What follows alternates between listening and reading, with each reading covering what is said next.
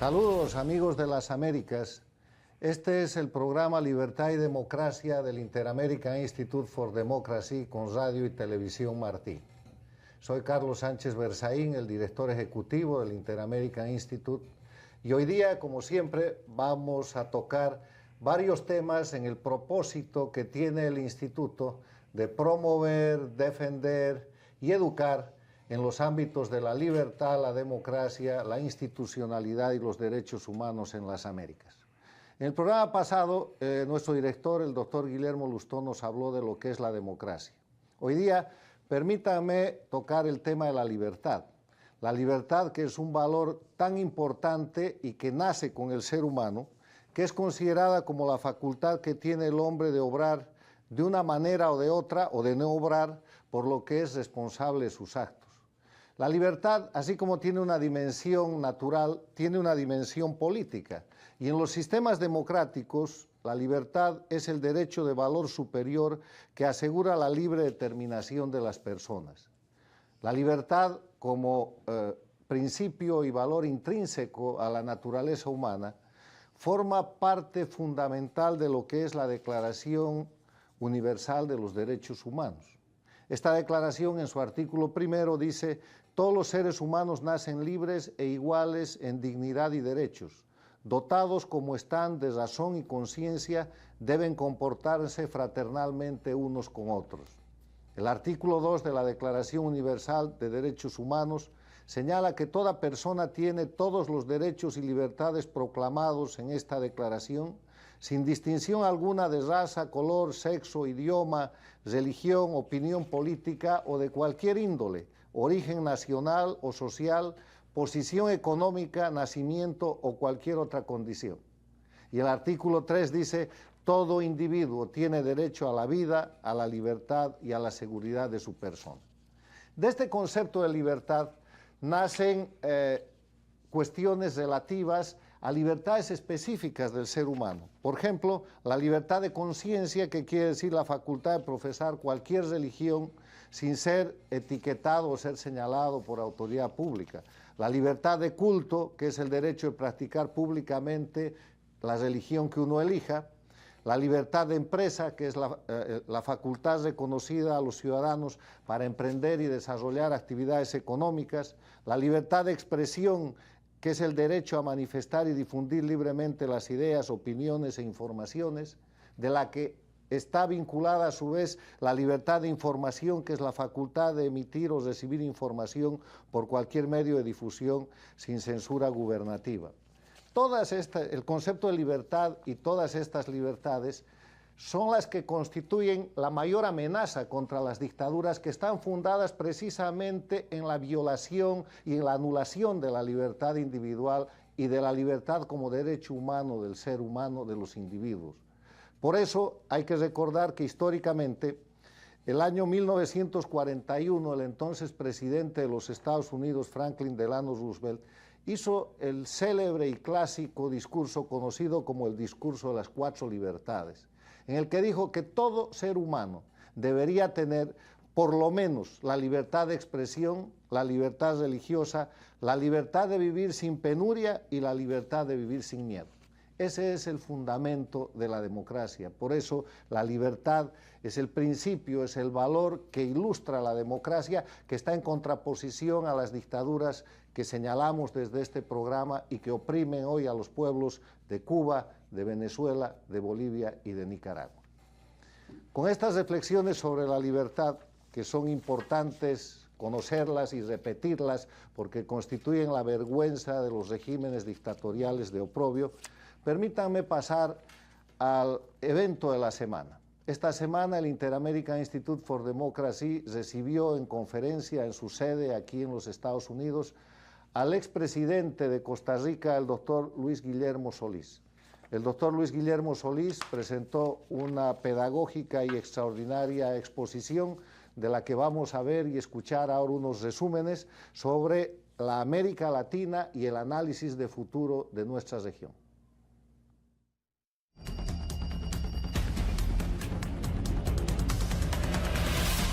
Muchas veces en una ciudad puerto, ¿verdad? Imagínense ustedes el riesgo que eso tiene. Crecimiento de las clases medias con vulnerabilidad. Mejoramiento gradual de la economía, pero sin saltos adelante. Menos pobreza, pero más desigualdad. Democracia consolidada, pero con potenciales retrocesos en algunos lugares. Predominio de Estados Unidos, pero un predominio cuestionado. Alta vulnerabilidad ante el cambio climático y violencia y crimen. Son las 7 tendencias que creo podrían señalarse como escenarios para este futuro inmediato. Esto no quiere decir que en 20 años podamos estar ante otro escenario y mucho de esto podría cambiar en 10, pero son procesos que tienden a ser lentos y que pueden, por lo tanto, profundizar crisis rápidamente.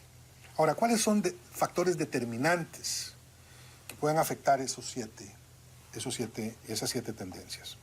Y voy a mencionar 7 también. El primero es el tema de los servicios públicos.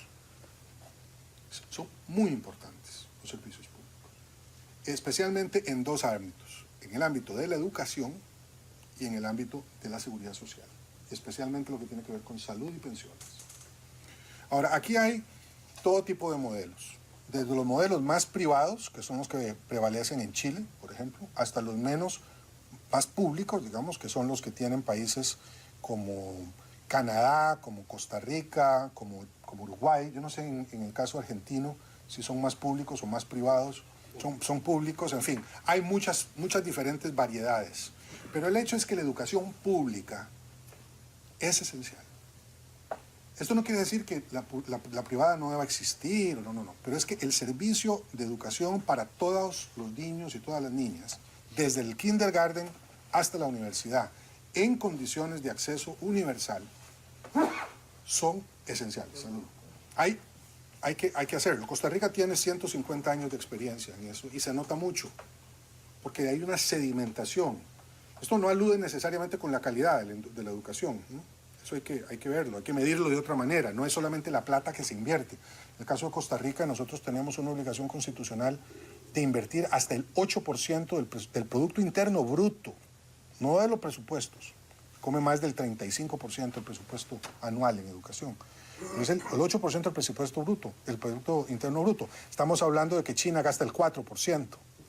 Claro, la masa es mucho mayor, pero el concepto de inversión en educación pública es muy importante, porque eso es lo que puede garantizar, uno, que la gente viva mejor, es uno de los trampolines para el ascenso social, y 2, que las condiciones de las inversiones sean mayores, porque a mejor condición académica, pues mejor la inversión extranjera directa. Entonces, y en el tema de salud también, hay una correlación directa entre la condición de salud de las personas y su capacidad para producir y su capacidad para ser más felices, que al final de cuentas la política también es para eso. Segundo tema, factor determinante, es la calidad de los mercados de trabajo.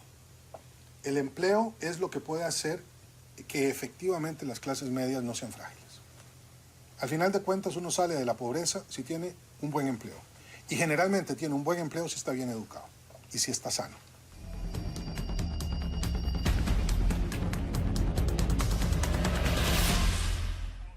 Hoy nos acompaña nuestra directora Beatriz Rangel. Beatriz Rangel es una extraordinaria mujer de origen venezolano, integrada al Inter-American Institute for Democracy. Ella ha sido ministro en los gobiernos democráticos de su país, en Venezuela. Ella tiene maestrías y altos grados académicos en Harvard, pero es sobre todo una luchadora por los derechos de la mujer, por los derechos humanos y por la libertad de iniciativa de la gente en todo el mundo. Beatriz escribe todas las semanas en la página web del Inter-American Institute y en diversos medios de difusión internacional. Ella ha ofrecido una columna muy notable que hoy día la va a presentar y nos va a explicar sobre la responsabilidad de proteger y el gran papel del ex secretario de Naciones Unidas, Kofi Annan. Bienvenida, Beatriz, y por favor, ayúdanos con esta tu propuesta tan importante. Bueno, muchas gracias, Carlos. Yo le dediqué esa columna a Kofi Annan porque a mi juicio fue el secretario general que logró crear un nuevo principio dentro del derecho internacional, el principio de la responsabilidad de proteger.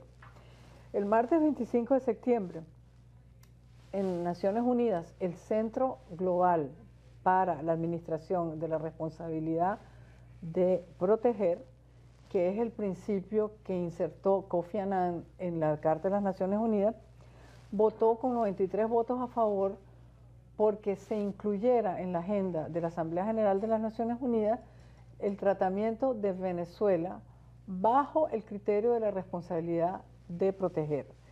La responsabilidad de proteger es un principio que se incorpora a la Carta de las Naciones Unidas en 2005, en respuesta a dos episodios siniestros de la historia universal. Uno fue la tragedia de los Balcanes, donde la caída de la antigua Yugoslavia fue seguida por genocidio contra la población islámica. Y el otro conflicto fue el de Ruanda-Burundi, donde las luchas tribales llevaron al exterminio de 500.000 personas.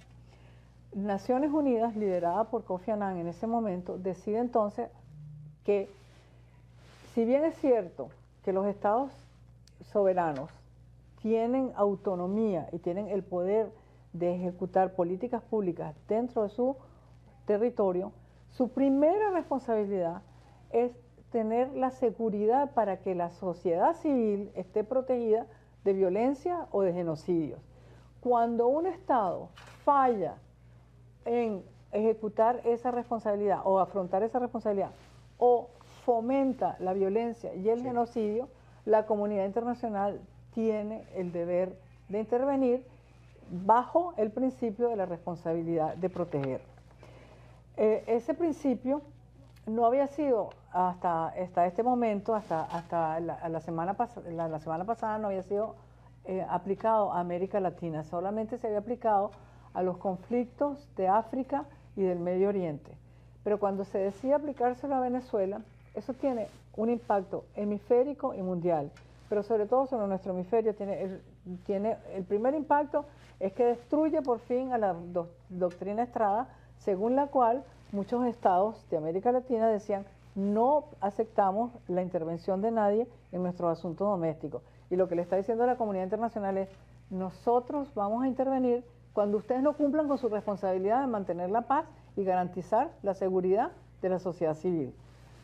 Y el segundo lugar, y quizás más importante, es que la comunidad internacional ha dicho voy a poner bajo la observación a un conjunto de países que no cumplen con su responsabilidad de proteger. Y en América Latina Venezuela no está sola. Venezuela está acompañada de Cuba, está acompañada de Nicaragua, está acompañada de Bolivia. Entonces, esto significa que la comunidad internacional va a fijar su foco, va a poner la lupa en la conducta de estos países. Y al decidir que se va a aplicar a Venezuela la responsabilidad de proteger, lo que están diciendo es, vamos a intervenir. ¿Qué clase de intervención va a ser? No se sabe. Puede ir desde el bloqueo económico hasta la intervención militar. Pero de que la comunidad internacional va a intervenir en el caso de Venezuela. Y yo creo que tanto la observación de los regímenes despóticos, como son Nicaragua, como es Cuba, como es Venezuela y como es Bolivia, así como la intervención en Venezuela, son buenas noticias para todos los amantes de la libertad y de la democracia en nuestro continente. Muy bien, Beatriz, gracias. Y vinculado a este tema que acaba de explicar Beatriz, está el tema del principio de no intervención. Y hace unas semanas, la doctora María Teresa Romero, que nos acompaña, politóloga, escritora, catedrática, doctora en ciencia política, que ejerce en los Estados Unidos, pero que es de nacionalidad venezolana, presentó en el Inter-American Institute for Democracy un trabajo muy importante que está siendo ahora editado como el Democracy Paper número 17, parte de nuestro fondo editorial. Ese trabajo está relacionado con lo que la doctora Rangel acaba de exponer y lleva por título el principio de no intervención como traba para la defensa de la democracia y la libertad. O sea, acaba Beatriz de explicarnos cómo el principio de intervención ya no funciona y ahora académicamente la doctora María Teresa Romero nos va a explicar la no intervención como traba en la defensa de la democracia. Muy bienvenida, querida María Teresa, y estamos atentos a aprender sobre este tema. Muchísimas gracias, Carlos, muchísimas gracias, Beatriz. Ciertamente estamos muy ligados en ese principio de no intervención con el principio de responsabilidad para proteger. Y yo quisiera empezar diciendo que yo escogí ese tema para ingresar al Instituto Interamericano para la Democracia, que me honra la invitación que me han hecho, precisamente porque sigue siendo un tema vigente, muy vigente, y que se está debatiendo mucho a raíz de las problemáticas que se viven sobre todo en Venezuela e en Nicaragua actualmente. Hay que comprender en primera instancia que desde que se creó el sistema interamericano en 1948, con la creación de la Organización de Estados Americanos y su carta fundacional, y en todas las normativas de ese sistema interamericano, incluyendo la Carta Democrática Interamericana del 2001, firmada por todos los países del continente americano, ha habido una tensión entre un principio fundamental, que es el principio de no intervención, y el principio de defensa y promoción de la democracia. Esta ha sido una tensión porque no se ha definido en ninguna de esas normativas ni en ninguna de sus cartas hasta dónde llega el principio de no intervención y hasta dónde llega el principio de promoción y defensa de la democracia. Son dos cosas que la gente no sabe, y los países miembros que tienen sus intereses propios lo utilizan, sobre todo los países que han sido que lamentablemente han llegado a tener regímenes autoritarios o dictaduras flagrantes, como es el caso hoy en día de los llamados o mal llamados socialismos del siglo XXI, pues ellos utilizan el principio de no intervención y se aferran a él, y para ellos cualquier cosa es no intervención, para que no haya una acción colectiva por parte de la OEA en defensa y promoción de la democracia y a favor de los pueblos, aun cuando en la Carta Democrática Interamericana ya está garantizado el derecho que tienen los pueblos a la democracia. Eso es un problema que sigue latente y que ahora se está discutiendo precisamente a la luz de la utilización del principio de no intervención todavía por parte de esos países, el hecho que dos cosas. Primero, que el principio de no intervención ha evolucionado en el derecho internacional y ya no se puede ver desde el punto de vista absoluto, y eso lo vemos precisamente cuando en la Carta de la OEA, de la ONU, se inserta el principio de responsabilidad para proteger. ¿Para proteger a quién? Para proteger a las naciones, su derecho que tienen de la libertad y la democracia. Entonces, si ese principio de no intervención ya ha sido entendido por los países del mundo y está garantizado en la Carta de las Naciones Unidas, ¿cómo es posible que en términos en el sistema interamericano todavía los miembros de la OEA no lo quieran acoger? Por otra parte, se está diciendo, y también es muy válido, que ya ha sido un problema existente siempre, que es el de la falta de voluntad para aplicar el principio de defensa y derecho de la democracia. Y esta falta de voluntad se ha visto muy recientemente en el caso venezolano, cuando la mayoría de los países miembros de la OEA han dicho que es necesario aplicar la Carta Democrática Interamericana al caso de Venezuela, y hay todavía países, sobre todo y lamentablemente los caribeños, que no aceptan, digamos, eso, porque dicen que es una intervención en los asuntos internos de Venezuela en este caso. De modo que es un problema vigente, como les decía de un principio, y es un problema a solucionar, y yo creo que toda la discusión que se está llevando a cabo en este momento con la falta de voluntad y por otra parte la modernización del principio de no intervención va a hacer mucho bien para que definitivamente no solamente la comunidad mundial interamericana, sino el sistema interamericano, los países de este continente actúen colectivamente hacia las dictaduras del siglo XXI que están todavía en nuestro hemisferio. Bueno, estamos viendo cómo con el aporte de nuestras dos intelectuales, de la doctora Romero y de la doctora Rangel, ponemos en escena algunas conclusiones que son importantes. Primero, el principio de no intervención es un principio relativo. Era un principio absoluto del año 1930 cuando se proclama la doctrina Estrada desde México, doctrina que debe su nombre al canciller de México en ese momento que apellidaba Estrada. Pero desde 1930 hasta ahora se ha creado las Naciones Unidas, se ha proclamado la Declaración Universal de Derechos del Hombre, hasta llegar a la proclamación y a la decisión que ha explicado la doctora Rangel relativo a la obligación de proteger y pasando por la Carta Democrática Interamericana que se ha firmado el 11 de septiembre del año 2001. Entonces, yo aporto a la explicación de ustedes la primera conclusión de que el principio de no intervención es hoy día un principio relativo. Hay principios mayores en la comunidad internacional al principio de intervención y una segunda conclusión sería que el principio de la obligación de proteger es prioritario porque protege los derechos humanos, porque evita crisis humanitarias o busca resolver esas crisis como el caso que estamos viendo en Venezuela.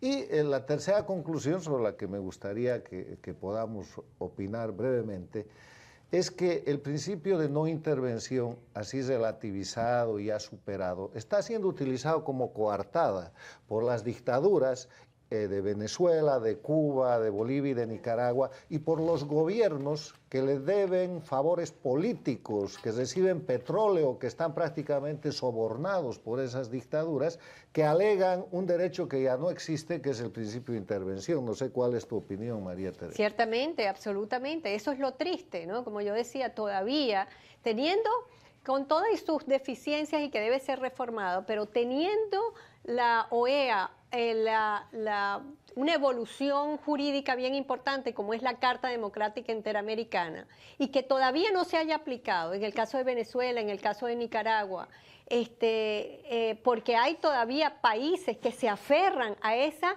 visión o significado absoluto del principio de no intervención, da muestra de eso, sí. da muestra que el interés de esos gobiernos, la alianza entre dictaduras que existe lamentablemente en América Latina todavía hoy en día, esas del socialismo del siglo XXI, está predominando. Claro, que es el castrochavismo.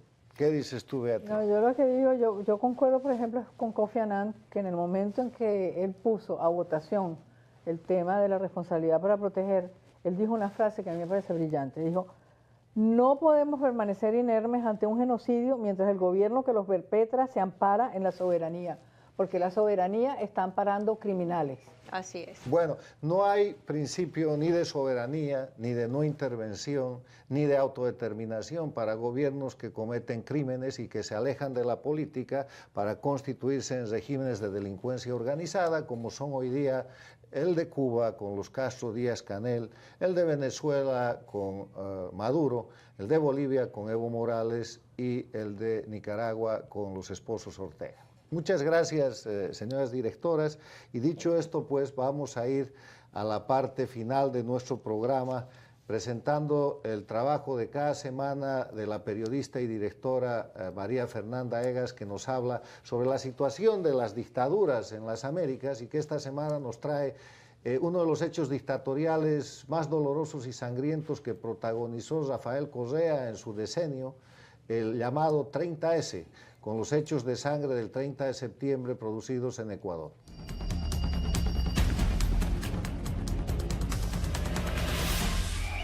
Y el señor presidente, por respeto se le dice señor, pero también es traicionero. Lo único que pedimos es que se derogue la ley y que la cúpula general se vaya a la casa. Ya tuvo su oportunidad y no hizo nada por la tropa. Que se vaya a la casa. Señores, si quieren matar al presidente, aquí está. Mátenlo pues si le da la gana. Mátenlo si tienen poder. Mátenlo si tienen valor. Cayó aquí justo, sí, casi justo frente a nosotros. Lo vimos caer, allí está. El 30 de septiembre del 2010, un reclamo salarial de la Policía Nacional fue aprovechado por el entonces presidente Rafael Correa para afianzar su proyecto autoritario y de permanencia en el poder. Ese día, Correa decidió acudir innecesaria y personalmente al regimiento Quito, aunque las fuerzas de seguridad intentaron claramente llevarlo a otro lugar.